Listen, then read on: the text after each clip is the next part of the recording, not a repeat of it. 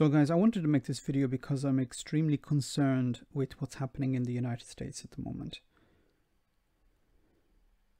Donald Trump released this, spoke to the press today, and he said some very worrying things. Now, before I show you the video, I just want to explain something that has been on my mind for a while. I generally, at the beginning, dismissed Donald Trump as just basically a corrupt politician. Someone who knows that, he can use public office to enrich himself, to enrich his family, to enrich his supporters, the financial supporters, not the idiots you find waving flags and banners and wearing those stupid caps. The people who support him financially. He needs to stay in office in order to maintain his position, and what I mean is not politically, but his position as in being a free citizen. Because as soon as he leaves office, there's a huge risk for him that he'll be put behind bars. Now, I've said before, it probably wouldn't be the Biden administration, if Biden wins, it wouldn't be the Biden administration that put Donald Trump in jail. It is the the long queue of people who he has double-crossed, who he has conned over the last number of years and decades. Those people are out for blood. And the White House protects Donald Trump. He has immunity from prosecution at the moment. That is why he has to stay in the White House. Now, people will sometimes point to him as a dictator, as a fascist. And my natural response would be to say no. But what we've seen today has somewhat changed my mind. I believe that he wants power, not because he, has this lust for power, more a necessity for power. He needs this power in order to avoid prison.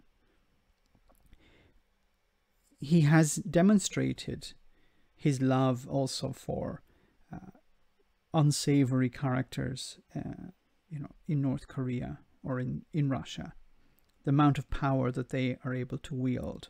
So he is somewhat tempted by that, but I still believe his core motivation to stay in the White House is to avoid a prison cell. I'm split on this. Is he a true fascist, or is he just an opportunist? Perhaps it's a bit of both. So let's hear what he had to say. He was asked about if he were to lose power, if he was to lose the election, would there be a peaceful transition of power to the next president? So let's hear what he had to say. In this election, will you commit here today for a peaceful transferal of power after the election? There has been rioting in Louisville, there's been rioting in many cities across this country, red and your so-called red and blue states. Will you commit to making sure that there is a peaceful transferal of power after the election? Well, we're going to have to see what happens. You know that I've been complaining very strongly about the ballots, and the ballots are a disaster. I understand that, but people are rioting. Do you commit to making sure that there's a peaceful transferal of power? We want to get rid of the ballots, and we'll have a very peaceful. There won't be a transfer, frankly. There'll be a continuation. The ballots are out of control. You know it. And you know who knows it better than anybody else? The Democrats know it better. What else do you need to know? What else do you need to hear? He's not willing to accept the result of the election. He's saying here, well, I don't trust the ballots. I don't trust democracy. I don't trust the voters. I don't trust the electoral system. I don't trust the government. I don't trust the states. I don't trust the judiciary. I don't trust the people. That's what he's saying. Now, whether he's going to follow through with this is another thing. But as I've said before, he needs to stay in the White House, because as soon as he loses that position, he will likely be put in behind bars. Now, for a president of the United States to stand there and say that he's not going to accept the ballots that voters put their vote to is beyond the pale. I really don't know how to react to this, guys. We're really in new territory here. You know, it's important for people to remember that fascism and fascists are not the ones, you know, we have this archetype of fascists as in people, you know, wearing military uniforms or marching in the street, you know, with flaming torches or whatever. That's not what fascism is today. It's about taking power from the people. It's about ignoring democracy. It's about twisting the truth and facts to suit your agenda.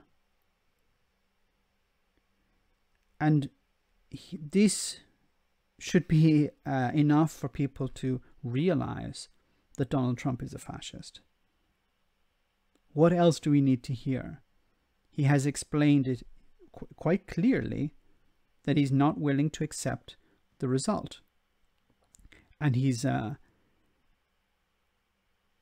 not willing to accept a valid form of voting. I don't know what more to say about this. The United States is heading towards fascism. We're seeing a deep polarization on the streets now. There is no middle ground. You're either with Donald Trump or you are against Donald Trump. There is no middle ground here. And I truly fear this red mist, I think it was called, or red fog or something like that, where there's a risk that on the night, because the ballots will arrive later, and most of the people who will vote in person will be Republicans, that it will look like Donald Trump has won, but the ballots have not yet been counted. And of course, Donald Trump is now preparing the ground to say that the ballots are invalid. The ballots are not to be counted. We're going to resist the ballots. He's going to instruct people within his circle to find ways to not count the ballots, to ignore the ballots, to throw them out, to consider them invalid. This is what fascism is about. This is what fascists do. They undermine democracy. They ignore democracy. They corrupt democracy. They say democracy is not functioning. I don't know what else to say about this, guys. It's extremely concerning. The fact that a president of the United States would stand in front of the people and say, I'm not willing to accept the result. There's not going to be a peaceful transfer of power. Let me know in the comments section, guys, what you think. But I would really like to hear your ideas on this. Let me know. Thanks a lot. I want to say a big thank you to all of my patrons. You ensure that this channel continues to exist. I'm eternally grateful for all of your support. If you join Patreon, you will receive instant access to our Discord server, where we have both audio and video chats. You can chat with me and other patrons, where we discuss important and non-important issues. Becoming a patron per month costs about the same as a large coffee, so why not check it out?